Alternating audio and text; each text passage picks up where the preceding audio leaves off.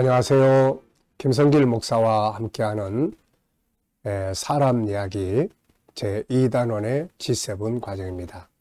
이 시간은 전 시간에 이어서 9-4회가 되겠습니다. 우리의 마음속에 염려와 근심, 고민 이런 것들이 우리에게 마음의 병을 만들어내는 거죠. 그래서 우리 속에 들어와 있는 근심, 걱정, 고민들을 우리가 어떻게 해소시키고 풀어갈 수 있느냐. 근심, 고민이 없는 사람은 없습니다. 이게 해결됐다고 해서 다 끝나는 게 아니고 그 다음에 또 새로운 고민이 오게 되는 거죠. 없으면 없는 대로 고민이 오고 있으면 있는 대로 고민이 옵니다. 잘하면 잘하는 대로 고민이 오고 못하면 못하는 대로 고민이 오는 거죠. 그래서 이 고민, 근심은 어쩌면 우리가 인생을 살아가는데 함께 공존하게 되는 삶의 한 요소가 되는 거죠. 중요한 것은 이 근심, 걱정, 고민이 나를 병들게 하고 내 삶을 무너지게 만들어서는 안 된다는 거죠. 그래서 고민, 근심, 대처 방법. 100%는 아니지만 고민의 지수를 확 줄이거나 혹은 합력해서 유익하게 만들 수 있는 능력을 키우는 것이 아주 중요합니다. 자, 앞에서 11가지 이야기를 쭉 했었고요. 이 시간 12번째 내용으로 자, 고민, 걱정이 생기는 이유는 여러 가지죠. 경제, 혹은 인간관계, 또 건강, 또 비즈니스, 직장, 또 여러 가지 좋지 않은 환경들, 다양한 이유들 때문에 걱정, 고민이 옵니다. 근데 그 중에 하나가 뭐냐면은 딴 사람 신경 쓰느라고 고민을 하는 사람이 많이 있습니다. 딴 사람 신경 쓰고 저 사람이 나한테 어떻게 반응하느냐, 저 사람이 나한테 말 한마디 던지는 거, 저 사람이 나를 나쁘다고 비판하는 거, 이런 것들에 신경 쓰느라고 밤에 잠 못 자고 소화불량에 걸리고 굉장히 고통스러워하는 사람들이 있다는 거죠. 물론 우리는 관계 속에 살아가기 때문에 딴 사람들의 이야기 신경 안 쓸 수 없죠.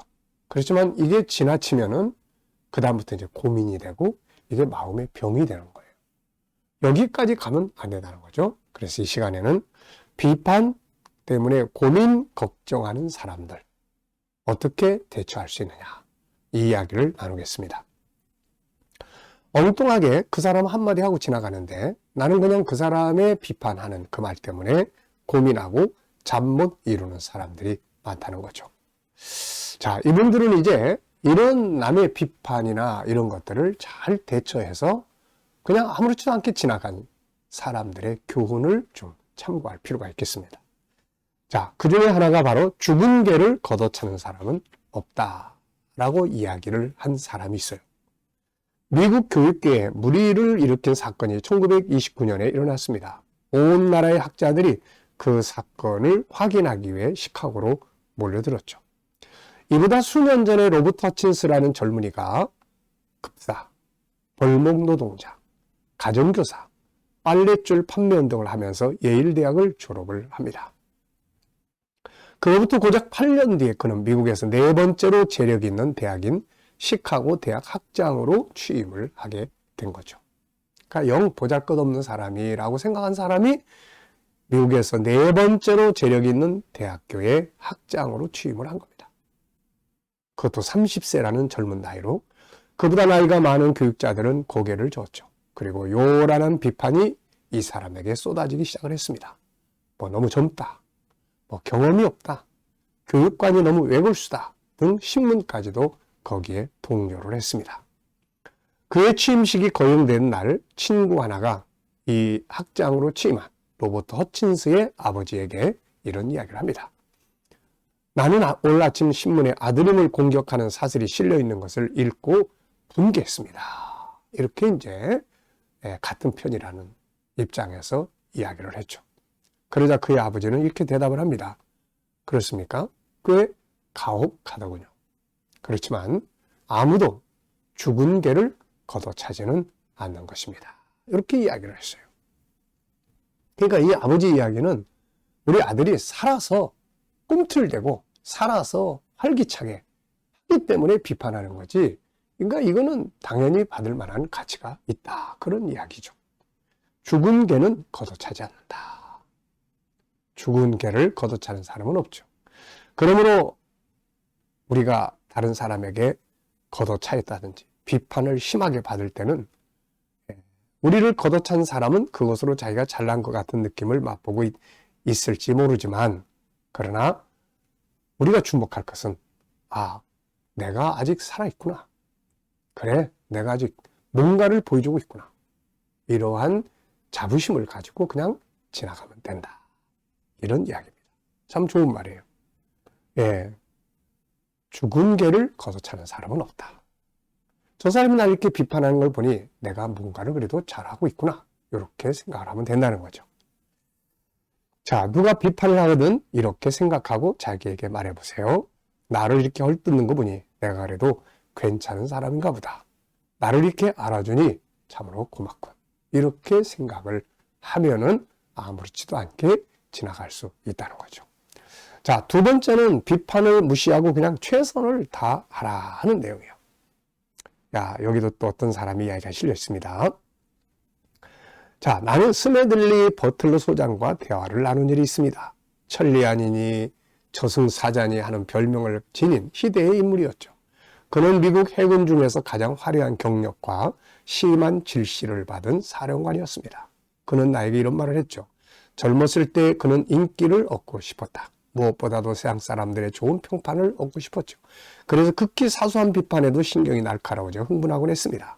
그러나 30년 동안의 해군 생활은 그러한 그의 얼굴 피부를 무디게 만들었습니다.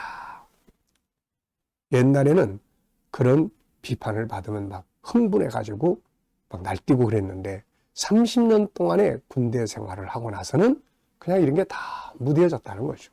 그는 이렇게 말합니다. 나는 자주 욕설을 들었고 모욕도 당했습니다. 겁쟁이니 독사니 스컹크라니. 나는 윗사람들에게도 형편없는 말을 들었습니다. 영어의 온갖 욕설을 모두 나에게 퍼부었죠. 이 말 들을 때 분해서 화가 났냐고요? 아닙니다. 요즘은 내게 욕을 퍼붓는 소리가 들려도 욕하는 자의 얼굴을 보지 않습니다.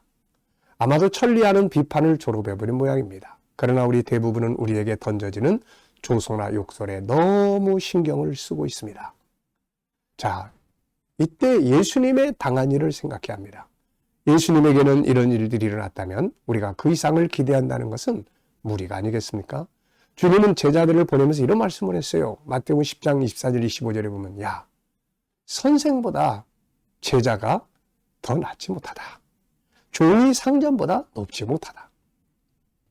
선생인 나에게도 이렇게 욕을 하고 비판을 하고 나를 죽이려고 헐뜯고 그러는데 제자인 너희들이야 더하지 않겠느냐. 이렇게 말씀을 하신 거죠. 자, 오래전부터 다른 사람에게서 부당한 비판을 받지 않도록 할 수 있다는 건 불가능한 일이지만 그러한 비판에 정신을 쓰지 않도록 한다는 것은 가능하다는 것을 깨닫게 되었습니다. 그 점을 명확하게 밝혀두겠는데 모든 비판을 무시하라고 주장하는 것은 아닙니다. 부당한 비판을 무시하라고 말하고 있는 것이죠. 그냥 비판하는 것을 그런가 보다. 저 사람은 뭔가 스트레스를 받고 있는가 보다. 내가 좀 잘하고 있는 모양이지. 그냥 지나가라. 그런 이야기죠. 엘리노 루스벨트 여사에게 부당한 비판에 대한 당신의 마음가짐은 어떠하냐고 물어본 일이 있었는데요. 백악관에 살았던 여성 가운데서 그녀만큼 열렬한 동지와 맹렬한 적을 가진 사람은 별로 없었을 겁니다. 소녀 시절에 그녀는 거의 병적이라 할 만큼 내성적이어서 다른 사람이 뒤에서 험담하는 것이 제일 무서웠다고 이야기를 합니다.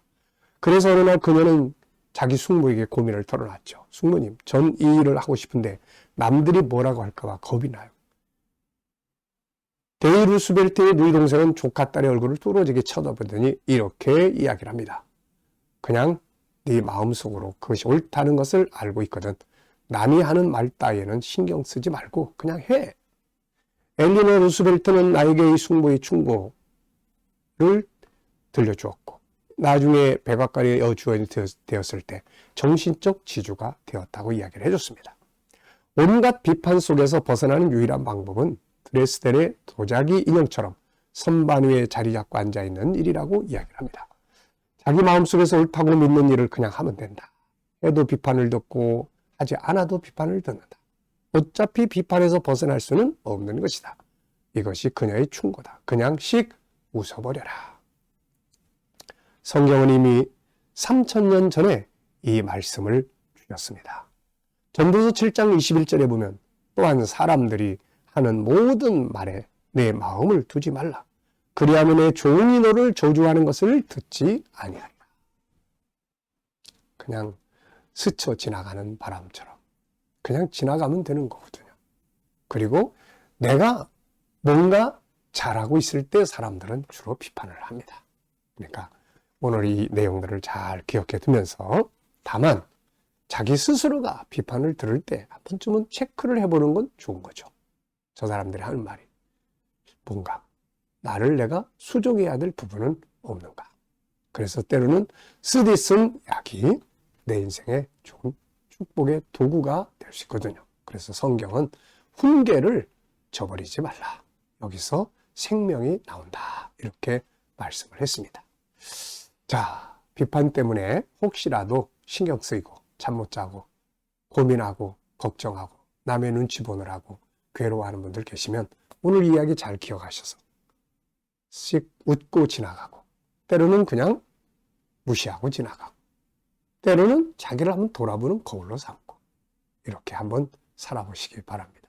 이 시간 여기까지 하고 마치겠습니다. 감사합니다.